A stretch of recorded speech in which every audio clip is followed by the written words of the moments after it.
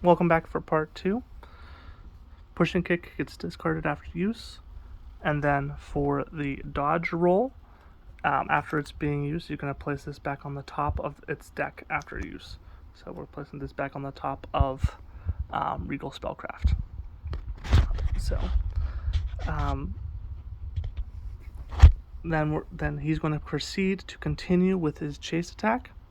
He has this ninja ally that he's going to do. It doesn't cost him any stamina because this is a separate ally, to follow up with another attack.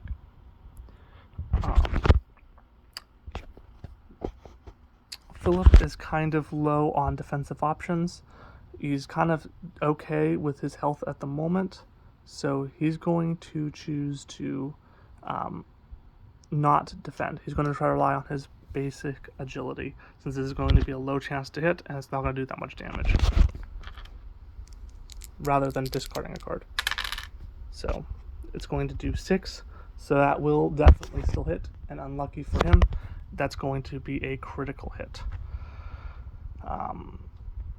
With it being a critical hit, this is also blunt, so he's going to use that to increase the damage. So it would do 0.5, so it's going to do 7 plus another 0.5 since he's vulnerable to it. So then we're looking at 9 points of damage coming his way that he chose not to defend from. So that's going to drop him down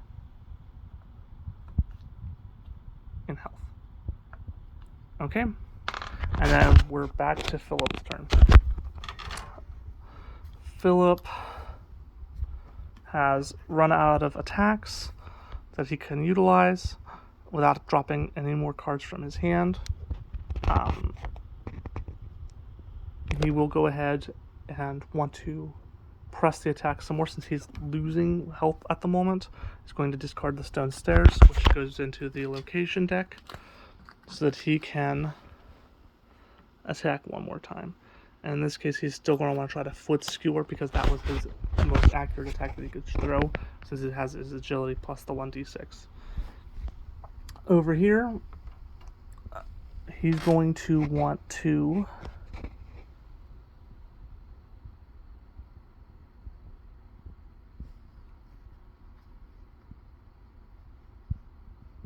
play Dancing Away from his hand.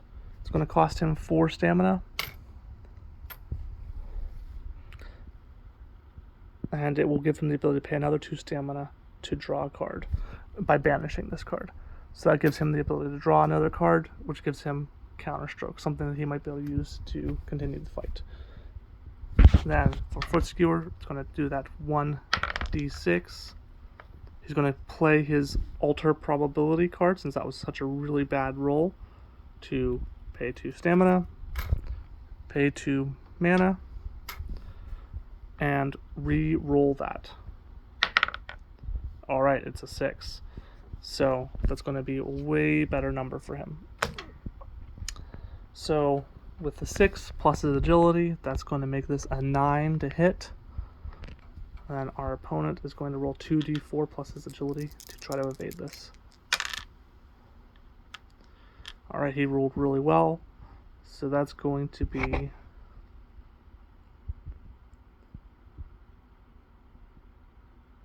9.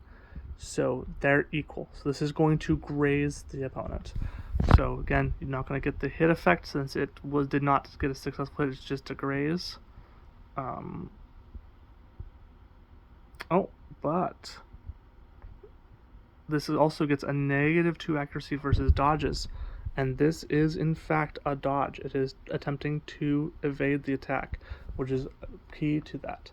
So that was going to make this just a straight miss. So unfortunately, Arcane Heart is not able to get another hit in. And then we'll switch back over to our ninja. And he's kind of already spent all of the cards that he has on his command board. He's going to use the Smoke Bomb from his hand by paying 2 stamina to break the line of sight and activate Stealth with +2 to his Deception. So we're going to roll for his... He's got a 6 plus the 1 from the location. from the location. There's no terrain cards on field, so that's 7, plus his deception, which is 4, so that's 11, plus another one from the ninjutsu, so that's 12, plus another 2 from the smoke bomb itself, so that's 14. So that means that we're halving that, so that's 7 different possibilities. This is banished after use. And now he gets to have 7 spots that he gets to hide into as his defense, which is a good way to begin next combat. So we have 1, 2, 3, 4, 5, 6, and we need one more. Non-face cards, non-aces. Alright. It was a very good roll. He's found a lot of good places to hide. On Arcane Heart's turn,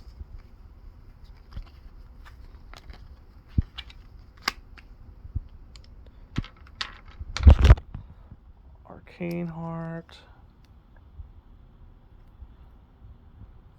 will use his Regal Spellcraft's effect to draw a card and place the card from his hand at the bottom of its deck. So he's going to get rid of that dodge roll and place it at the bottom of its deck. But this gives him the ability to attach a card from his discard pile face down that gives him a 5 damage magic shield. So that will help give him a little bit more ability to soak an attack. And then we go back over to the ninja. The ninja doesn't have anything else that he really wants to do right now. Or he could actually do the probing attack again by discarding the debris from his hand. Goes back into the location deck, performing the probing attack. It's still got to pay the 2 stamina. And then that goes to the opponent, who knows that that's coming. However, doesn't have any cards in his hand to untap something, and does not have any other untapped cards that he could play. We didn't use that earlier. So he's just going to have to rely solely on his natural defense and that +5 shield.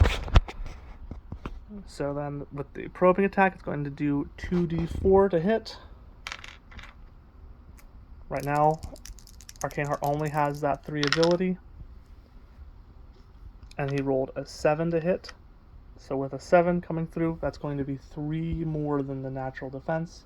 So that's going to make this a crit. So the probing attack is going to crit on its own for 10 damage. Then you add that 0.5, so it's going to make it a 15 damage attack coming his way. The 5 damage from this is going to block it, and then banish this card as its shield. So that means he's going to just take 10 points of damage. Not good for him. Not good at all. And then he's going to follow up by paying another 2 stamina to chase that attack with his other Wing Chun, which is another 2d4 that he cannot defend against. So that's only going to be a 4 with the natural agility of 3. That's just going to make this a hit because it's only 1 above the attack. So that's going to make this 5 more damage that he's going to have to take. So it's going to put him only at 19 health. Not looking so good. And then we're back over to Arcane Heart's turn. He's going to go ahead and do the Epee Fencing Mastery to begin retreating. Because he's done with his turn. He doesn't want to take any more damage. So he can banish 2 cards in his discard pile to place a card from his discard pile back into his hand.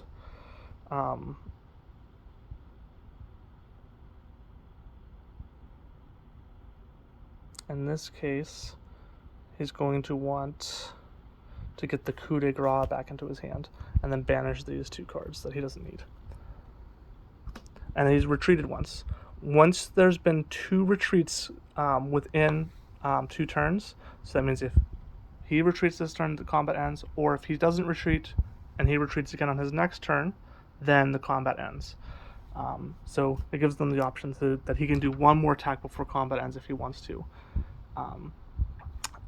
In this case, he might as well wait. He's already in the advantageous position. He's got good cards in his hand to be able to continue to fight with. So he will go ahead and accept that and pass. Alright, so that ends combat. Now we begin the untap phase. So this is where they will untap the cards that they have in play. Things that don't have a cost, you can untap for free. Things that do have a cost, you have to pay the preparation cost in order to untap them. So you're going to pay the 1 for the weapon block, the 1 for the probing attack, the 2 for the blade redirection,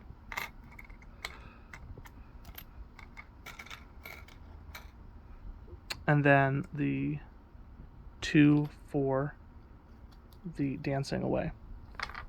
On the other hand here, we'll get rid of this for 5 more stamina. We will get the parry 1 back. We'll get the foot skewer back.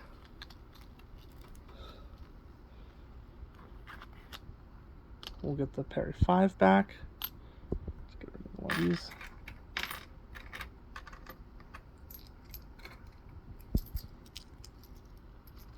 And we'll get Eye Gouger back.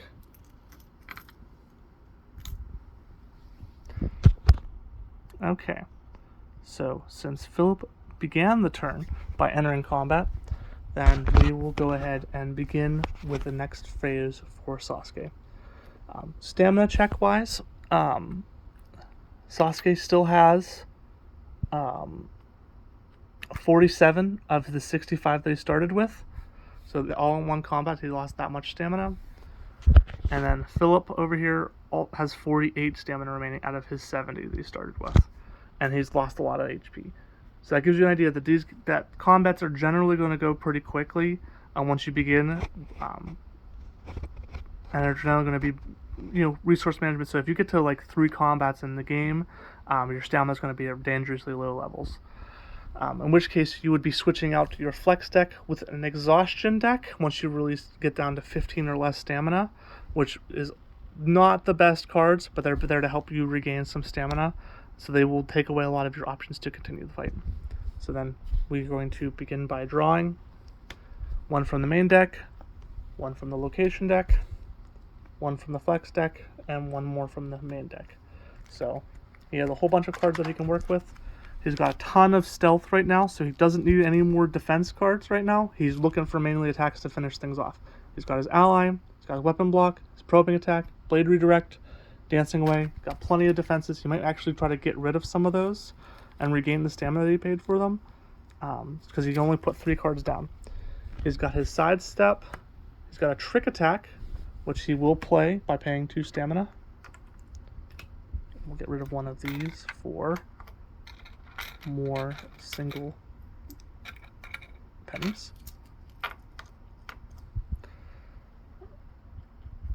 He's got stone stairs he might get rid of for stamina. He's got his Shadow Fang attack, which is a high stamina attack. It's going to do lots of damage, so he's definitely going to want to put this one down. He's going to pay the 3 stamina for that one. He's going to keep the counter stroke, because that will help him push out even more damage. He can get rid of the hiding behind stone walls, and he can get rid of... So in this case, he doesn't need the stamina as much as he needs to enter combat right now while his opponent's still weak. Because he's already got good defenses, he's now got some good attacks, so now he's going to be looking to see which of these gives him a decent pitch effect that might be worthwhile. Hiding behind stone wall doesn't give him any pitch effects, so he's going to discard this one to just gain the straight 2 stamina, because might as well. Gives him a little bit more to work with.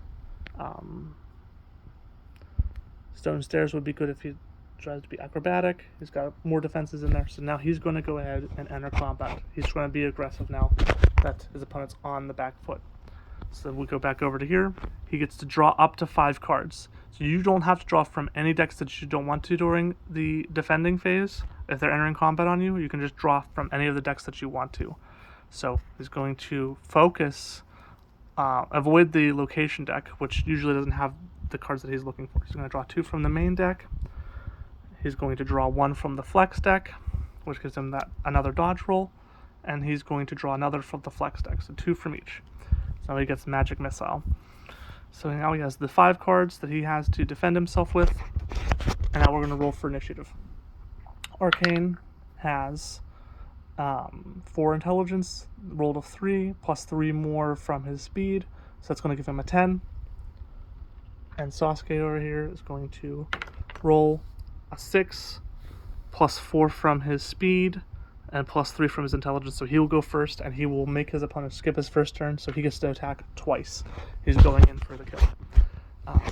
And since he is going in for the kill, we might as well start with the probing attack to check out his defenses and go for and see if he can get a chase in there as well.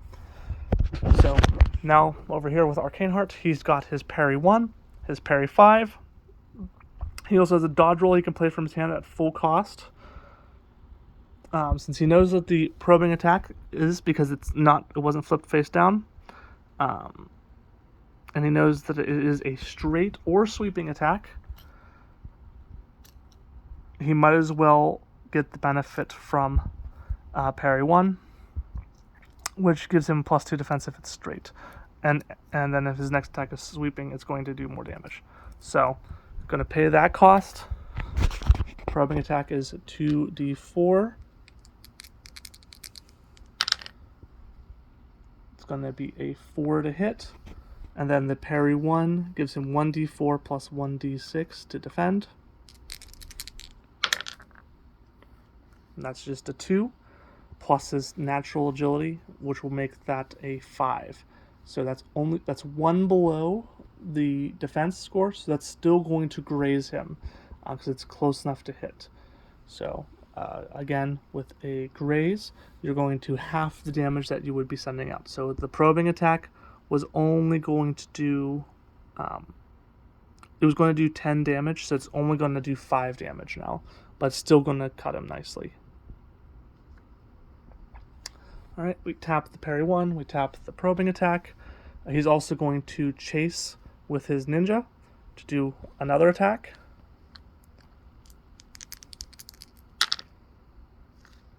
It's only going to be a 2, which, so Arcane Heart's natural agility is going to make that only going to graze as well. So that's going to do 5 halved, so rounding down, it's going to do 2 damage. It adds up, but he doesn't want to waste his few defenses on weak chase attacks at this moment, but he might have to since his HP is getting quite low. And then he has to skip his first turn since his opponent won with initiative. Oh, also, since he's attacking from stealth, I get to do a free search attempt to try to find that. I get to roll 2d6 because of the monocle. So 7 plus the perception, that's 8. The opponent gets to roll a d4 plus his deception. Deception is currently 5, 6, so he gets to be able to reveal that that is not where he's at. So I got to remove one of his hiding spots. I guess we'll get to do the same thing for the chase attack. So 6, 8 plus 3, that's 11. 5 plus 2 is 7. We're going to pick this one, and that's where he's at. So his chase attack, he was very lucky in finding him both times with the stealth, so he's now revealed where he's at, losing his best defense.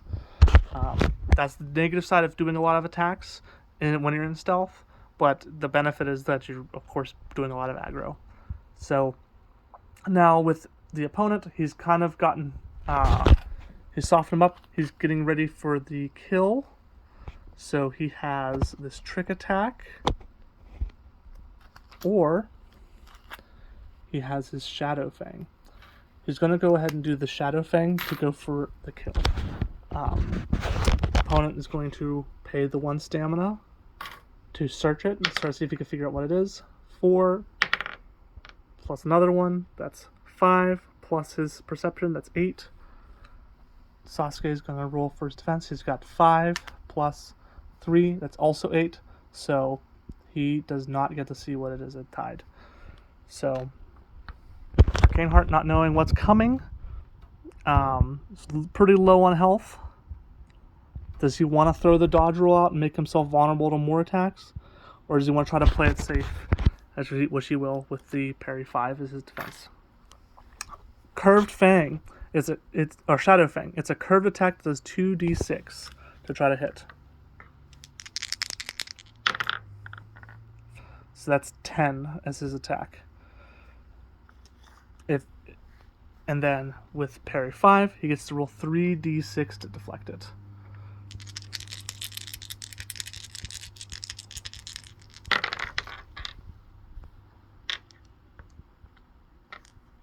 So 6 plus his 3 from his agility is going to be a 9. So that means that this is 1 above his defense roll. So that means that this is still going to hit, despite his best attempts to block it. In which case, we're looking at the damage. So he deals X weapon damage. X is 5 times his agility. His agility is 4. So now we're looking at 20 damage coming his way, which will kill Arcane Heart, taking him out of the fight and defeating him.